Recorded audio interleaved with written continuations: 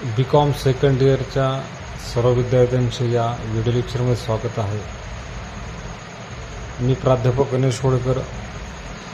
विद्यार्थी मित्रांनो, आजच्या या व्हिडिओ लेक्चरमध्ये आपण जो आपला कॉर्पोरेट अकाउंटिंग विषय आहे थर्ड सेमिस्टरचा, यामध्ये जे शेवटचं चॅप्टर आहे profit prior to incorporation,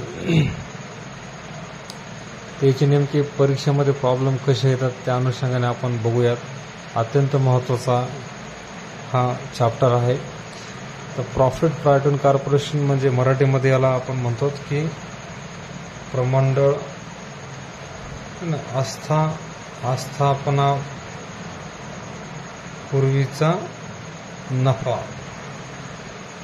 okay, म्हणजे एखादी कंपनी समजा जे काही चालू आहे, ओके, मार्केटमध्ये तिचा व्यवसाय चालू आहे, पण ती कंपनी एखादी दुसरी कंपनी तिला विकत घेते आणि मग परंतु त्या ज्या जुन्या कंपनीचा जो नफा असतो आहे ना, या म्हणजे विकत घेण्या अगोदर कमवलेला त्याला आस्थापनापूर्वीचा नफा असं म्हणायचं, आणि विकत घेतल्यानंतरचा जो नफा त्याला आस्थापना नंतरचा आहे ना, म्हणजे प्रॉफिट प्रायर टू इनकॉर्पोरेशन आणि profit earned after incorporation means in post incorporation period. त्याच्यामध्ये महत्त्वपूर्ण बाबी अशा आहेत की एक प्रॉफिट प्री इनकॉर्पोरेशन पिरियड म्हणा, त्याच्यानंतर पोस्ट इनकॉर्पोरेशन पिरियड असेल. ओके, तर टाईम बेसिस आणि सेल्स बेसिस याचं फक्त आपल्याला विभाजन जे काही आपलं प्रॉफिट अँड लॉस अकाउंट दिलं असते याच्यामध्ये प्रॉब्लेममध्ये, तर त्याचं आपल्याला प्री इनकॉर्पोरेशनमध्ये काय प्रॉफिट आणि पोस्ट इनकॉर्पोरेशन पिरियडमध्ये काय प्रॉफिट आहे, ह्या गोष्टी महत्त्वाच्या आहेत. तर सर्वप्रथम याच्यामधले जे काही महत्त्वाचे मुद्दे आहेत त्याच्यामध्ये फर्स्ट नंबरला pre incorporation period. Okay, pre incorporation period म्हणजे याला मराठीत म्हणतात की बाबा प्रमंडळ आस्थापना आहे ना, आस्थापनापूर्वी प्री इनकॉर्पोरेशन पिरियड. म्हणजे हा पिरियड नेमका कोणता की द पिरियड विच इज है ना, which is start from the date of financial year till date of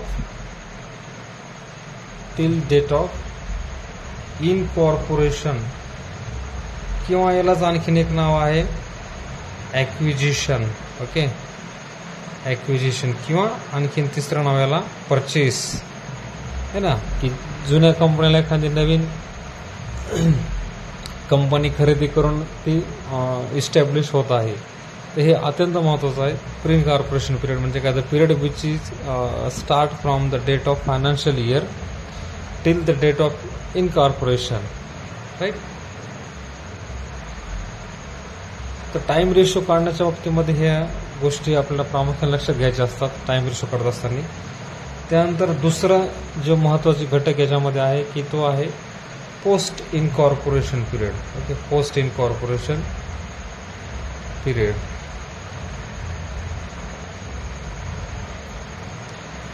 ठीक आहे, तर पोस्ट इनकॉर्पोरेशन पिरियड म्हणजे अत्यंत सोपं. आता पहा, the period which start, okay, starts from the date of incorporation. Okay, date of incorporation किंवा परचेस. ओके, किंवा हेच ॲक्विजिशन जे असन ते प्रॉब्लेममध्ये, आणि टिल इयर एंडिंग, जे वित्तीय वर्ष जे आहे आता इथे सुरू झालं आहे की नाही, हे from the date of financial year, आणि हे इयर एंडिंग म्हणजे हे हा post incorporation period. Post incorporation period कोणता आहे की जो डेट ऑफ इनकॉर्पोरेशन पासून चालू झाला आहे आणि इयर एंडिंग पर्यंत आहे. तर हे झाले दोन पिरियड, प्री इनकॉर्पोरेशन आणि पोस्ट इनकॉर्पोरेशन. तर आता याच्यामध्ये आपल्याला नेमकं जो प्रॉफिट, ओके, तर प्रॉफिटचं काय आहे की profit in pre incorporation period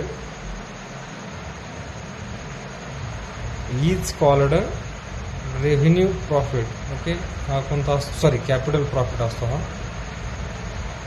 capital profit, CAPITL, capital profit. Okay, तिसरा मुद्दा. आणि हा जो प्रॉफिट असतो capital profit which is earned in pre incorporation period, तर हा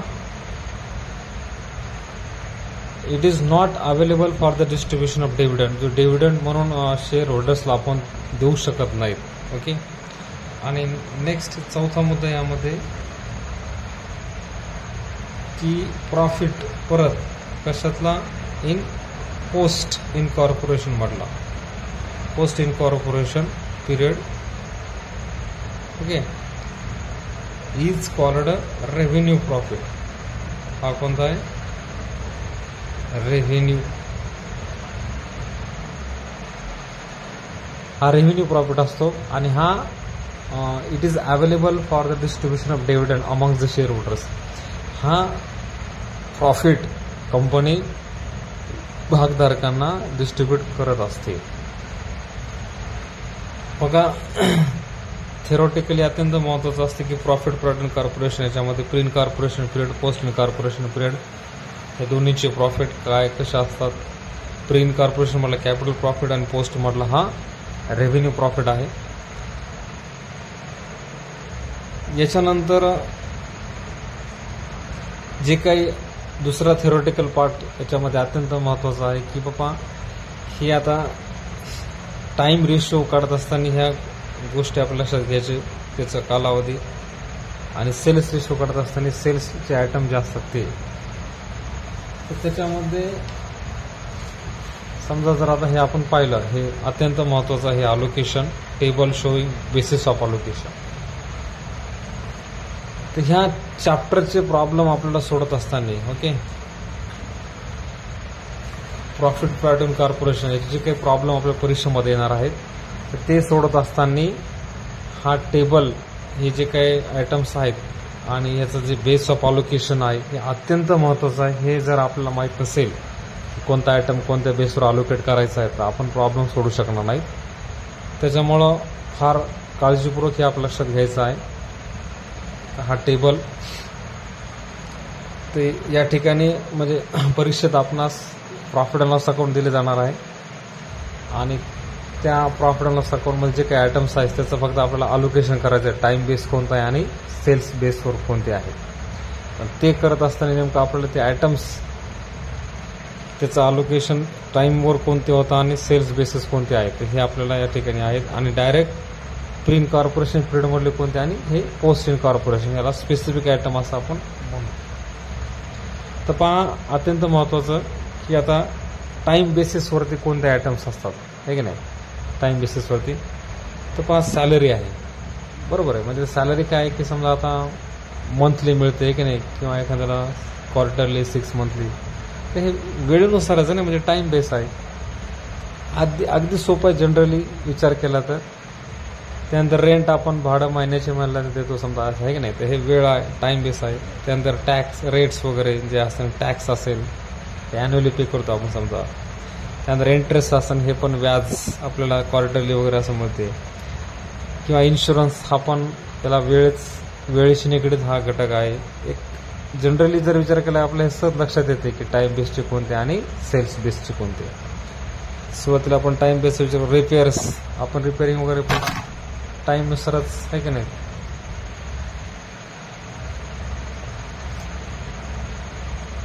त्यानंतर या ठिकाणी इस्टॅब्लिशमेंट चार्जेस किंवा डिप्रिशिएशन असेल, हा बी वर्षाला असतो. ऑडिट फीस असेल, आपण ऑडिटिंग दरवर्षी करतो समजा, वर्ष झाल्यानंतर. इलेक्ट्रिसिटी चार्जेस महिन्याला बिल पे करतो, ओके.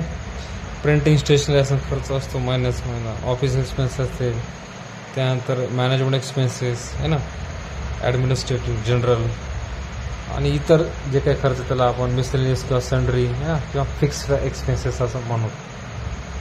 हे सगळे घटक टाईम बेसिसवरती अलोकेट केले जातात. हे जे आहे बेस ऑफ अलोकेशन हे तुम्ही लिहून काढायचं आहे व्यवस्थित, तरच आपलं हे लक्षात राहील.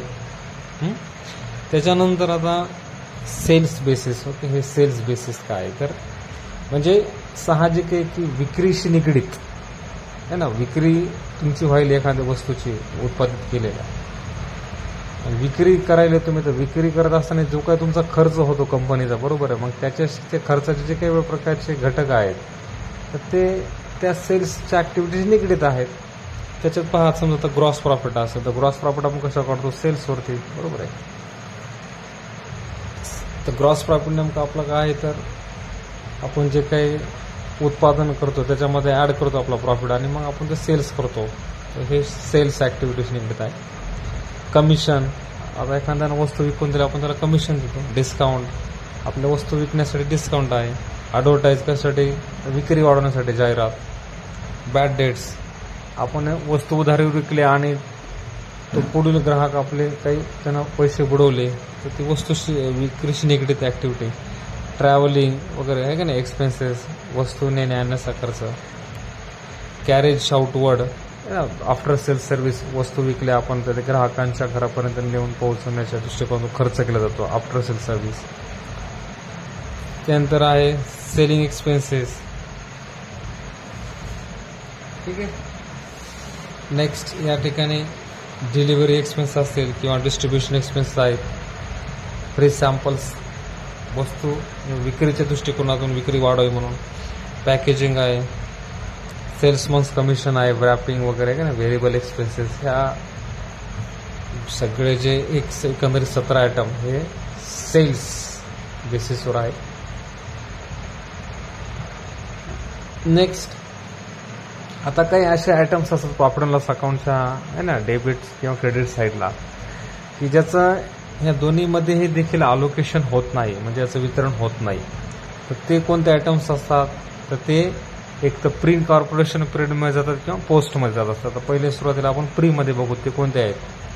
तर समजा पार्टनर सॅलरी असेल प्रॉब्लेममध्ये तुमच्या, तर ते डायरेक्टली आपल्याला त्याचं कोणतंही अलोकेशन नाही करता त्याला स्पेसिफिक नाव देऊ आपण डायरेक्टली प्री इनकॉर्पोरेशनमध्ये घ्यायचं.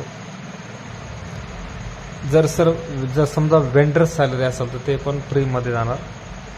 आणि या ठिकाणी तिसरं आहे इंटरेस्ट ऑन पार्टनर्स कॅपिटल. तर हे तीनच मुख्य घटक या ठिकाणी लक्षात घ्यायचे आपण की डायरेक्ट हे प्रीमध्ये जातात. आता पोस्टमधले पहा, डायरेक्ट पोस्टमध्ये हे असे आयटम्स आहेत की ज्याचं याच्यामध्ये अलोकेशन होत नाही. तर ते कोणते आहेत, डायरेक्टर्स फीस असेल है ना, डायरेक्टर्स ट्रॅव्हलिंग एक्सपेन्स असेल, प्रिलिमिनरी असेल, फॉर्मेशन एक्सपेन्स असेल आहे की नाही, डिबेंचर इंटरेस्ट असेल, goodwill return of, dividend on shares, income tax provision वगैरे है ना, मॅनेजिंग डायरेक्ट एमडी रेम्युनरेशन. त्यानंतर provision for tax, reserve for bad and doubtful debts वगैरे हे, discount on issue of debentures, discount issue of shares. Okay. Next त्याच्यानंतर under writing commissions वगैरे असतील. त्यानंतर ब्रोकरेज ऑन सेल, डिबेंचर आणि हे share transfer fees. हे सगळे घटक, हे चार्ट्स अत्यंत महत्त्वाचं आहे. हे माहीत नसेल तर आपण अलोकेशन करू शकणार नाही.